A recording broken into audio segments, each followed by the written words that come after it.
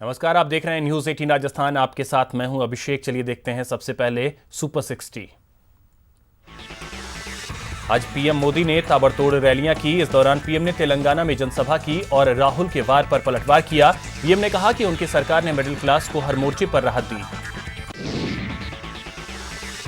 PM Narendra Modi ने उमर के बयान की आलोचना की और कांग्रेस से पूछा कि क्या नेशनल कॉन्फ्रेंस के नेता का यह बयान कांग्रेस को मंजूर है। इससे पहले नेशनल कॉन्फ्रेंस नेता उमर अब्दुल्ला ने आज देश विरोधी टिप्पणी की थी और कहा था कि जम्मू कश्मीर भारत का हिस्सा शर्त के साथ बना था और एक बार फिर नेशनल कॉन्फ्रेंस राज्य में पुरानी व्यवस्था लाएगी, जिसके तहत प्रदेश का अपना पीएम और राष्ट्रपति होगा। कांग्रेस अध्यक्ष राहुल गांधी ने तेलंगाना में जनसभा की और प्रधानमंत्री नरेंद्र मोदी पर निशाना साधा। राहुल ने कहा कि वो देश के प्रधानमंत्री नहीं बल्कि अमीरों के चौकीदार हैं। महाराष्ट्र की वर्धा रैली में प्रधानमंत्री ने विरोधियों पर हमला बोला। उन्होंने कहा कि महाराष्ट्र में कांग्रेस और एनसीपी का गठबंधन कुंभकर्ण की तरह है। जब सत्ता में होते हैं तो 6 महीने के लिए सोते हैं, 6 महीने में कोई एक उठता है और पैसा खाकर फिर सोने चला जाता है। इस दौरान पीएम नरेंद्र मोदी ने कांग्रेस के सिर्फ शौचालय की चौकीदारी करने वाले बयान पर पलटवार करते हुए कहा कि जब मैं शौचालय का चौकीदार बनता हूं तब मैं हिंदुस्तान की करोड़ों माताओं और बहनों की इज्जत का भी चौकीदार बनता हूं। लोकसभा चुनाव के लिए बीजेपी ने आज अपनी 14वीं लिस्ट जारी कर दी। इस लिस्ट में ओडिशा के 3 उम्मीदवारों के नामों का ऐलान किया गया है। वहीं सूची में 11 विधानसभा उम्मीदवारों के नाम का भी ऐलान हुआ है। कल से चुनावी सभा के लिए बिहार आएंगे पीएम मोदी। पीएम यहां सहयोगी दलों के लिए गया और जमुई में जनसभा करेंगे। सीएम नीतीश चुनावी सभा का आगाज करेंगे। केंद्रीय गृह मंत्री राजनाथ सिंह ने आज उत्तराखंड के पिथौरागढ़ में कांग्रेस पर जमकर निशाना साधा। एयर स्ट्राइक की तरफ इशारा करते हुए राजनाथ ने कहा, बहादुर कभी लाशें नहीं गिना करते, लाशें गिद्ध गिनते हैं। उत्तर प्रदेश के लिए बीएसपी ने 6 और प्रत्याशी घोषित किए हैं। अकबरपुर से निशा सचान, मिश्रिक से नीलू सत्यार्थी, शाहजहांपुर से अमरचंद को बीएसपी ने प्रत्याशी बनाया है। केरल के वायनाड लोकसभा सीट से राहुल गांधी के बाद अब एनडीए की तरफ से भारत धर्म जनसेवा के प्रमुख तुषार वेलापल्ली ताल ठोकेंगे। तुषार कल ही नामांकन दाखिल करेंगे। यूपी के रामपुर से बीजेपी की प्रत्याशी जयाप्रदा बाबा आज भोले के दरबार पहुंची हैं, जहां जयाप्रदा ने राठौड़ा शिव मंदिर में पूजा अर्चना की और जलाभिषेक भी किया। साथ ही जयाप्रदा ने रामपुर के लिए खुशहाली की दुआ मांगी। प्रधानमंत्री नरेंद्र मोदी पर बनी बायोपिक फिल्म पर बैन की मांग को दिल्ली हाईकोर्ट ने खारिज कर दिया है। याचिका में प्रधानमंत्री नरेंद्र मोदी के जीवन पर बनी फिल्म पीएम नरेंद्र मोदी पर लोकसभा चुनाव के मद्देनजर लागू हुई आचार संहिता को देखते हुए रोक लगाने की मांग की गई थी। बॉम्बे हाईकोर्ट ने भी फिल्म पीएम नरेंद्र मोदी की रिलीज पर रोक लगाने की मांग वाली याचिका को खारिज कर दिया है। फिल्म 5 अप्रैल को रिलीज होगी। लालू के बड़े बेटे तेज प्रताप यादव ने बड़ा बयान दिया है और कहा है कि बिहार में वो 20 सीटों पर अपने उम्मीदवार खड़ा कर सकते हैं। इतना ही नहीं, तेज प्रताप ने संकेत दिया है कि वो लालू राबड़ी मोर्चा नाम से नई पार्टी बना सकते हैं।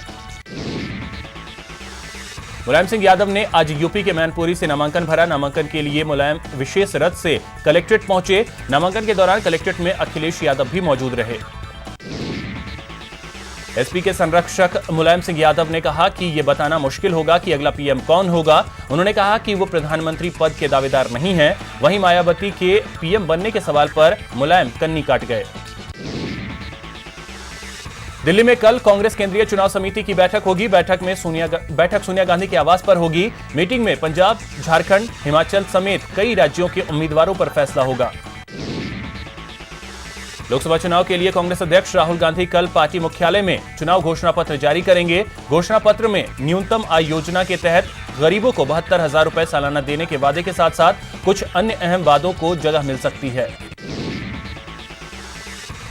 चिली दौरे पर सेंटियागो पहुंचे राष्ट्रपति रामनाथ कोविंद ने महात्मा गांधी की प्रतिमा स्थल पर श्रद्धांजलि दी।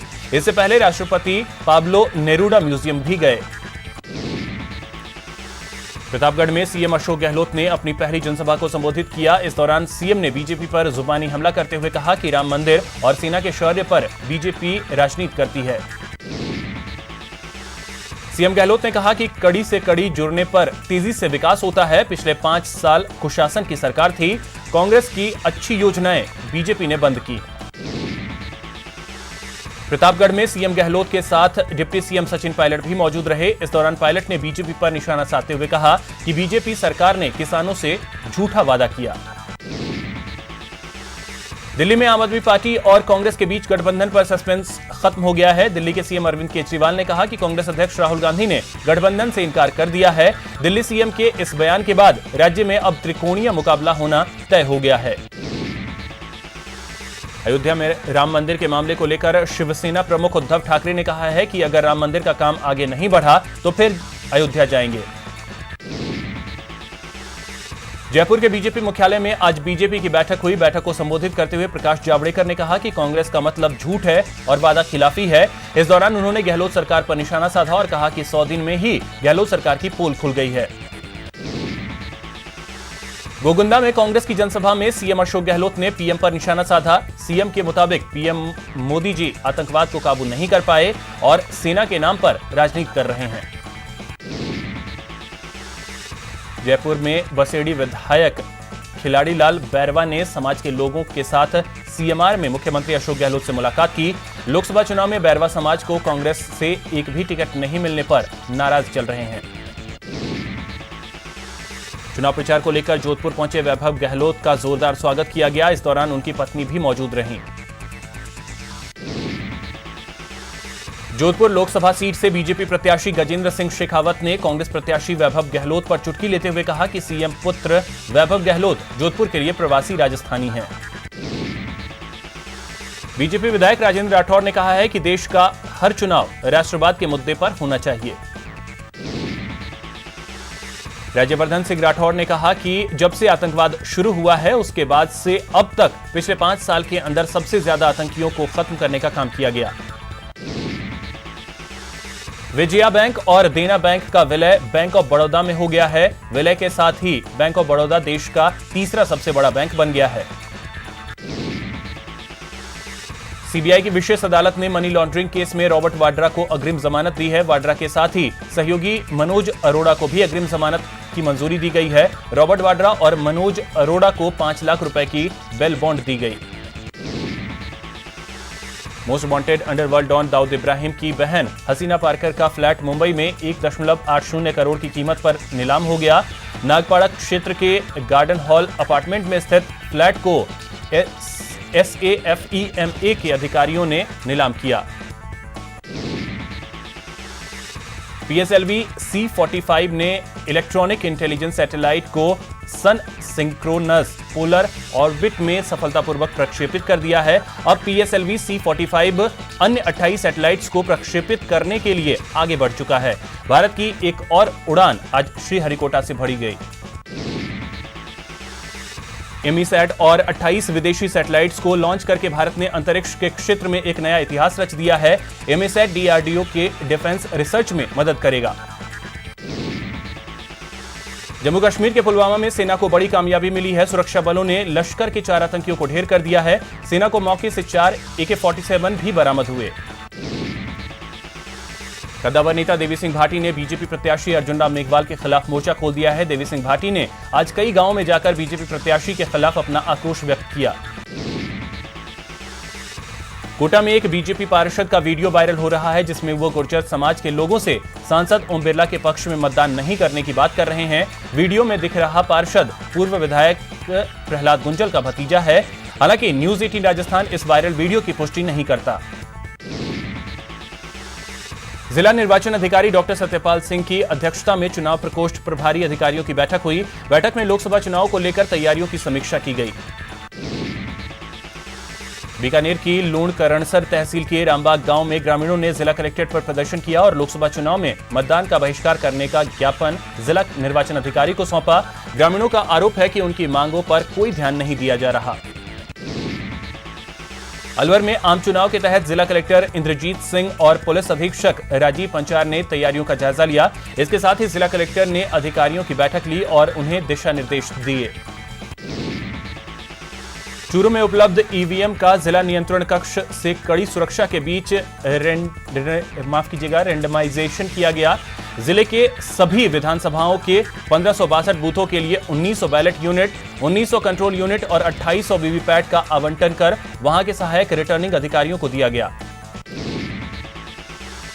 दौसा जिला निर्वाचन अधिकारी अवेचल चतुर्वेदी ने आज पीजी कॉलेज में मतदान दल के कर्मचारियों की ट्रेनिंग का जायजा लिया। इस दौरान चतुर्वेदी ने कर्मचारियों को जरूरी दिशा निर्देश दिए। बीकानेर में आज मतदाता जागरूकता अभियान के तहत सेल्फी विद काकोसा अभियान की शुरुआत की गई। अभियान की शुरुआत जिला निर्वाचन अधिकारी कुमार पाल गौतम ने पारंपरिक साफा पहनकर अधिकारियों के साथ पहली सेल्फी लेकर की। करौली में निष्पक्ष और शांतिपूर्ण चुनाव कराने के लिए मतदान अधिकारियों के प्रथम चरण प्रशिक्षण का आगाज हुआ। यहां 2 पारियों में मतदान अधिकारियों को प्रशिक्षण दिया जाएगा। यह प्रशिक्षण 6 अप्रैल तक चलेगा।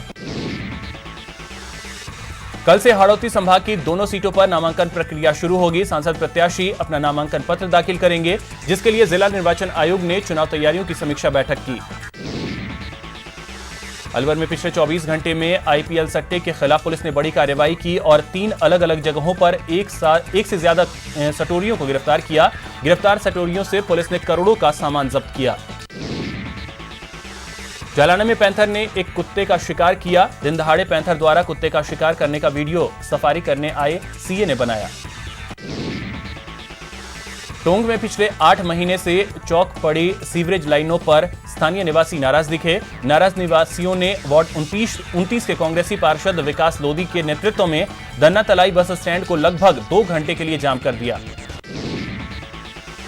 अलवर शहर के इटाराना में स्थित एक कूलर फैक्ट्री में लगी आग को 24 घंटे से अधिक का वक्त बीत चुका है। बावजूद इसके अभी तक आग पर काबू नहीं पाया जा सका है।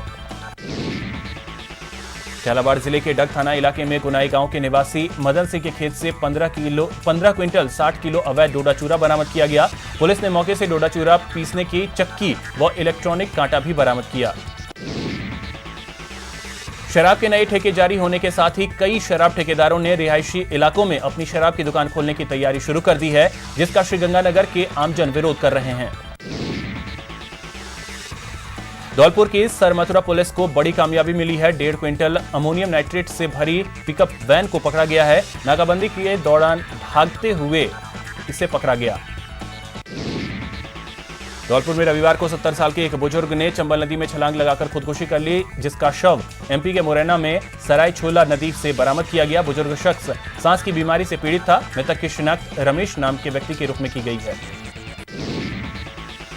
कोटा में ट्रेन के आगे एक युवक ने छलांग लगाकर आत्महत्या कर ली। पुलिस ने मृतक की जेब से एक सुसाइड नोट बरामद किया है, जिसमें अपनी इच्छा से आत्महत्या करने की बात लिखी गई है।